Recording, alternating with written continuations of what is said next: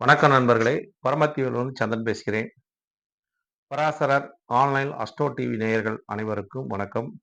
இந்த சேனலை பார்த்து அனைவரும் தங்களோட கருத்துக்களையும், தங்களோட லைக்குகளையும் குடுத்துக் கொண்டு இருக்கிற அனைவருக்கும் நெஞ்சார்ந்த நன்றிகள். இன்றைய நட்சத்திரம் ரேவதி நட்சத்திரம், மீனராசி.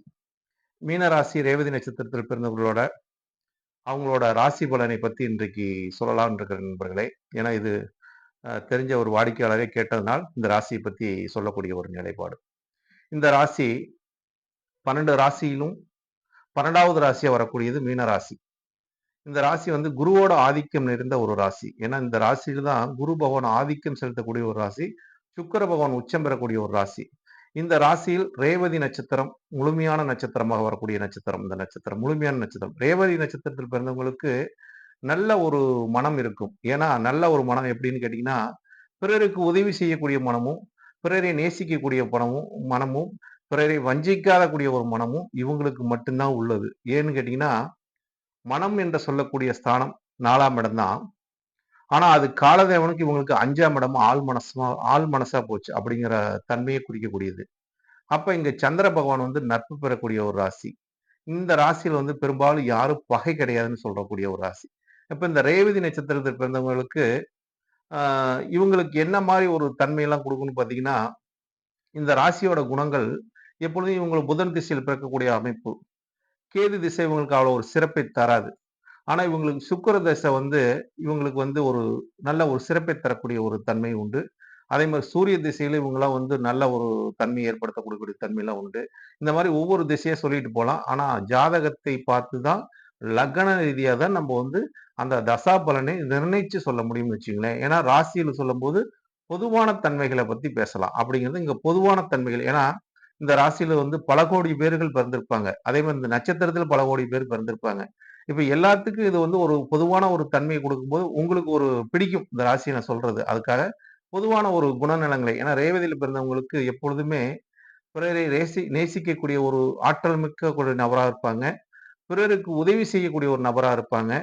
அதனால இவங்க வந்து வலினா போய் உதவி செய்யக்கூடிய தன்மை, இவங்களால மற்றவர்கள் ஆதாயம் அடையக்கூடிய தன்மைலாம் இந்த ராசிக்கு உண்டுன்னு வச்சுக்கங்க. இந்த ராசிக்கு உண்டு, நட்சத்திரத்துக்கு உண்டு. ஏன்னா இங்க குருவோட தன்மை. குரு இருக்கிறதிலேயே ஒரு சுப கிரகமாக வரக்கூடியவர் இந்த ராசியில.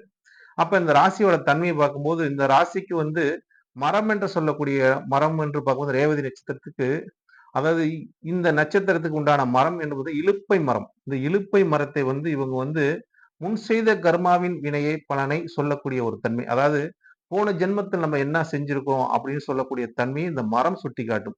அதாவது நம்ம இந்த ஜென்மத்துல ஒரு மரத்த நட்டு வச்சுட்டு போனா, அடுத்த ஜென்மத்தில் வரவங்களுக்கு பலன் குடுக்காத மாரி, போன ஜென்மத்தினோட கர்மாவை நிலைப்பாட்டை சொல்லக்கூடியது இந்த இலுப்பை நட்சத்திரம். அதே மாரி ரேவதிக்கு வரக்கூடியது இலுப்பை நட்சத்திரத்தை இவங்க வந்து வழிபடுவதும், இலுப்பை மரத்தை வந்து நடுவதும், இவங்களோட சந்ததிகளும், இவங்களோட வாழ்க்கைகளும் மிக பிரகாசம் அடைவார்கள். இவங்களுக்கு எந்த ஒரு தோஷமும் இல்லாம, இவங்களோட ஒரு முன் செய்த ஒரு எந்த ஒரு நல்ல ஒரு பயனா இருக்கட்டும், கெட்ட ஒரு நிகழ்வா இருக்கட்டும், அதுக்கெல்லாம் இந்த மரக்கன்னை வாங்கி நடுவது இவங்களுக்கு மிகப்பெரிய தோஷத்தை போக்கும்னு வச்சுக்கங்களேன். அப்படிங்கிற ஒரு தன்மை இருக்கும். அடுத்ததாக இவங்களுக்கு விலங்கு என்று சொல்லக்கூடிய இந்த நட்சத்திரத்தில் பிறந்தவங்களுக்கு யானை தான் வரும். யானை எவ்வளவு பலமுடையதோ, அது மாரி இந்த நட்சத்திரக்காரங்கள் பலமுடையது. யானை அசைந்து சாப்பிடும் அப்படிங்கிற ஒரு தன்மை உண்டு. இவங்க அசையாம தான் சாப்பிடுவாங்க அப்படிங்கிற ஒரு தன்மை உண்டு. அப்ப இந்த நட்சத்திரத்தில் பிறந்தவங்களுக்கு யானை வந்து ஒரு பலம். பலம் போறது யானை பலம் மாரி இவங்க இந்த நட்சத்திரக்காரங்க யானை பலம் உண்டு அப்படின்னு எடுத்துக்கலாம். அப்ப எதிர்காலம் அதாவது யானைங்கிறது இவங்க ஒரு எதையுமே ஒரு பலமா செய்யக்கூடிய ஒரு தன்மை உடையவராக, அதே மாரி இந்த நட்சத்திரத்துக்கு வருங்காலத்தை நினைக்கும்போது பார்த்தீங்கன்னு வச்சுக்கங்க, வருங்காலத்துக்கு வந்து ஒரு பறவைய குடுத்திருக்காங்க. என்ன பறவை அப்படின்னு பார்த்தீங்கன்னா, வல்லுனூர்.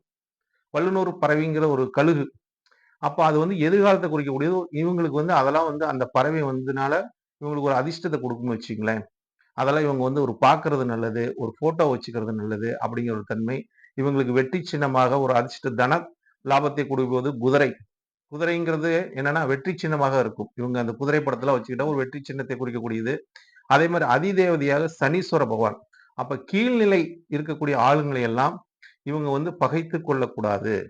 அவங்க கிட்ட வந்து அவங்களுக்கு வந்து இவங்க ஒரு சேவை செய்வது மூலமா, அவங்களுக்கு உதவி செய்வது மூலமா, அவங்கள இவங்க வந்து நண்பராக வச்சுக்கொள்ள முடியுமா? இவங்களுக்கு நல்ல ஒரு பலனையும் கொடுக்கும். பயன் அடைவார்கள் என்பது ஏன்னா சனீஸ்வர பகவான் வந்து அ அனைத்து கர்மாவுக்கும் காரகன் அவ்வளவுதான் அவருதான். அப்ப அனைத்து கர்மாவையும் சொல்லக்கூடிய கிரகமே சனீஸ்வர பகவான் தான். அப்படிங்கிற ஒரு தன்மை இந்த நட்சத்திரத்துக்கு ரேவதி நட்சத்திரம் மீன ராசிக்கு அ அதிதேவதையாக சனீஸ்வர பகவானே வருகிறார்.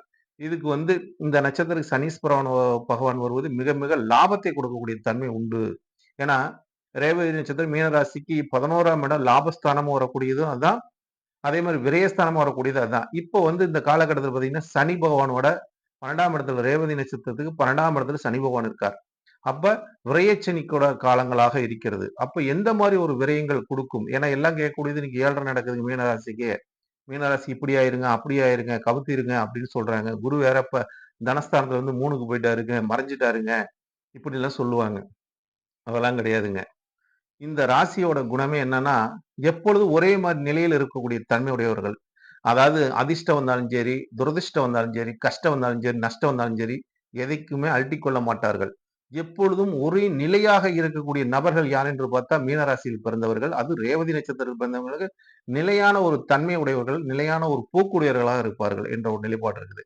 ஏன்னா, இந்த ராசிக்கு தான் அந்த ஒரு குணப்பாடுகளும், அந்த ஒரு நிலைப்பாடுகளும் ஒன்றாக இணைக்க ஏன்னா குணமும், மனமும் ஒன்றாக இணைக்கக்கூடிய ஒரு தன்மை இந்த ராசிக்கு உண்டுன்னு வச்சுக்கங்களேன். அப்ப இந்த ராசியில வந்து இப்ப 7 சனி நடக்குதுன்னு சொல்றதுனால, 7 சனி என்ன பண்ணும் அப்படின்னு பார்த்தா, சுப விரயத்த குடுக்குங்க. ஏன்னா, இந்த மீன ராசிக்கு 12ஆம் இடத்துல சனி பகவான் சஞ்சாரம் செய்வதனால், இவங்களுக்கு பெருசா ஒண்ணும் நஷ்டமெல்லாம் வராதுங்க. அதாவது சுப விரயம்னா 12ஆம் இடம் சொந்த வீட்ல சனி பகவான் ஆட்சி பெற்றிருக்காரு. அப்ப நீங்க வீட்டுக்கு தேவையான ஒரு ஏசி வாங்குறதோ, ஒரு பிரிட்ஜ் வாங்குறதோ, வீட்டுக்கு பராமரிப்பு செலவு செய்வதோ, சுபகாரியங்களுக்கு செலவு செய்வதோ, சுப விசேஷங்களுக்கு செலவு செய்வதோ, ஒரு கோயிலுக்கு பூஜை பொருட்கள் வாங்கி கொடுப்பதோ, கோயிலுக்கு அபிஷேகத்துக்கு ஜாமான் வாங்கி கொடுப்பதோ, ஒரு அன்னதானம் செய்வது, இதெல்லாம் வந்து உங்களுக்கு மிகப்பெரிய ஒரு நன்மையை, பாக்கியத்த அளிக்கும். ஏன்னா நம்ம 7 1/2 சொல்றதுனால நமக்கு ஏதாச்சும் விபத்து வந்துருமா? கஷ்டம் வந்துருமா? ஆஸ்பத்திரி செலவு வந்துருமான்னா, இந்த மாரி சுப செலவு ஏன்னா 12ஆம் இடங்கிறது சயான சுகம். அத சுகமாக நீங்க அனுபவிக்கும்போது, அது சுகமான தன்மைய குடுக்கும். அத வந்து அனுபவிக்காம விட்டீங்கன்னா, நிச்சயமா உங்களுக்கு அசுபத்தன்மை ஏற்படுத்தி நம்மளை படுக்க வச்சுரும்னு வச்சுக்கங்களேன். ஏன்னா, இந்த காலகட்டத்தில் ஒவ்வொருத்தரும் வந்து இந்த மாரி செலவு செய்யும்போது அவங்களுக்கு நன்மை ஏற்படும். அதனால இந்த செலவு நான் சொல்லக்கூடிய அந்த கருத்துக்கள்லாம், இந்த செலவுலாம் செய்யுங்க. உங்களுக்கு மிகப்பெரிய ஒரு நன்மை கிடைக்கக்கூடிய தன்மை இருக்குது. 7 1/2ன்னு பயந்துக்க வேண்டாம். இது 7 1/2ன்னு ஒண்ணும் பாதிப்புலாம் குடுக்காது. ஏன்னா, சொந்த வீட்ல சனி பகவான் ஆட்சி பெற்றிருக்கிறதுனால, சனி பகவான் 3ஆம் இடத்த குடும்பஸ்தானத்த பார்க்கிறார். 3ஆம் பார்வையாக. ஏன்னா, உங்க ராசிக்கு 3ஆம் பார்வையாக சனி பகவான் குடும்பஸ்தானத்த பார்க்கறனால, குடும்பத்தில் தன பற்றாக்குறையும், குடும்பத்தில் பிரச்சனைகளும், சிக்கலையும் ஏற்படுத்துவார். அப்ப அந்த காலகட்டத்தில நம்ம வந்து எதையுமே வாக்கு குடுக்காம, யார்கிட்டயும் அதிகமா பேச்சுவார்த்தைகள்லாம் வந்து நம்ம வந்து சண்டையிடாம, தேவையில்லாத வாக்குவாதங்கள தவிர்ப்பது நல்லது. ஏன்னா, சனி பகவான் 2ஆம் இடத்த பார்க்கறதுனால, தேவையில்லாத பிரச்சனைகள் நம்ம சிக்க விடுவாரு. அதே மாரி யாருக்கும் கைமாத்தாக பணம் குடுக்கக்கூடாது. மெயினா வந்து தனத்த இந்த காலகட்டத்தில யாருக்கும் குடுக்கக்கூடாது. நம்ம உதவி செய்தோமா, அதோட நம்ம மறந்துறணும். அவ்வளதான். அதனால நமக்கு ஏதாவது பயன் கிடைக்குதான்னு பார்த்தா நிச்சயமா கிடைக்காது. அப்படிங்கிற ஒரு தன்மை இருக்குது. அதனால யாருக்கும் குடுக்கல் வாங்கலும் வேண்டாங்க. அது நல்லது. அதே மாரி 3ஆம் இடத்துல குரு பகவான் போறனால உங்க முயற்சி ஸ்தானம், முயற்சியினால் வெற்றி பெறக்கூடிய புதிய முயற்சி, புதிய தகவல் தொடர்பு இது மாரி ஏதாவது ஒரு முயற்சியில் நீங்க இறங்குனீங்கன்னா, அதுக்கு நிச்சயமாக வெற்றி கிடைக்கக்கூடிய ஒரு தன்மைலாம் உண்டு. அப்ப இந்த மீன ராசிக்காரங்களுக்கு எப்பொழுதுமே ஒரு பொதுவான ஒரு குணம் உண்டுன்னு வச்சுக்கங்களேன். எதையுமே அலசி ஆராயக்கூடிய தன்மை, கழுவுற மீனிலும் நழுவுற மீனாக இருக்கக்கூடிய ஒரு தன்மை உங்களுக்கு உண்டு. சுயநலக்காரன்னு கூட சொல்லுவாங்க. இவங்க எதையுமே நியாயம், நேர்மை, தர்மம் அப்படிங்கிற மாரி இந்த மாரி தர்ம வழியில் ஒரு நடப்பக்கூடாது. ஏன்னா, தர்ம வழின்னா குரு பகவான் அந்த வீட்ல வந்து ஆட்சி பெறனால, இவங்க தர்ம வழியில் நடப்பாங்க. அநியாய வழிக்கு போமாட்டாங்க. அநியாயமாக சொத்து சேர்த்த மாட்டாங்க. பிறரை வஞ்சிக்கக்கூடிய தன்மை இவங்க கிட்ட கிடையாது. தான் உண்டு, தான் வேலை உண்டுன்னு இருக்கக்கூடிய ஒரு தன்மை இந்த ராசிக்காரங்களுக்கு உண்டு. அதனால இந்த ராசிக்காரங்களை யாரு பகைத்துக் கொண்டாலும், அவங்களுக்கு ஒரு சாபம் கிடைத்துவிடும். சாபம்னா, இவங்க மனசளவுல ஒரு ஏதாச்சும் நெனச்சுக்கிட்டாங்கன்னா, அது அவங்க குடும்பத்த பாதிக்கக்கூடிய தன்மை உண்டு. ஏன்னா, குருங்கிற கிரகம் ஒரு சாபம் குடுத்தாலும் உடனே பலிக்கும். சுக்கிரன்கிற கிரகம் ஒரு சாபம் குடுத்தாலும் உடனே பலிக்கும். அது மாரி இந்த ராசியில் வந்து 2 கிரகமே ஆட்சி உச்சம் பெறக்கூடிய தன்மை இருக்கிறதுனால், இவங்க கிட்ட வந்து அது சனீஸ்வரனோட அதிதேவதையாக சனீஸ்வரன் வர்றதுனால, இவங்க கிட்ட எந்த ஒரு சாபமும் இவங்கள கஷ்டப்படுத்தாம, இவங்க கிட்ட எதுவும் வச்சுக்காத இருக்க வரைக்கும், பிறருக்கு நன்மை அளிக்கும் நண்பர்களே. இதை நீங்க உணர்ந்து செயல்பட்டீங்கன்னா, இந்த மீன ராசிக்காரங்களால பலருக்கு நன்மை உண்டு. ஆனால் இந்த ராசிக்காரங்களுக்கு எப்பொழுதுமே நன்மை தான் கிடைக்கும். தீமைகள் அதிகம் நடக்கும். ஆனா எதிர்வினையாக நெறைய நண்பர்களால தீமைகள் நடக்கும். அதையெல்லாம் முறியடிக்கக்கூடிய தன்மை எப்பொழுதும் இந்த ரேவதி நட்சத்திரக்காரங்களுக்கு முழுமையாக உண்டு. அனைத்திலும் ஜெயிக்கக்கூடிய ராசி. பொது தொடர்பில் வெற்றி பெறக்கூடிய ராசி நண்பர்களே. நன்றி, வணக்கம். வாழ்க வளமுடன். பரமத்தி வேலுவின் சந்திரன். மீண்டும் ஒரு ராசியில் சந்திப்போம். வாழ்க.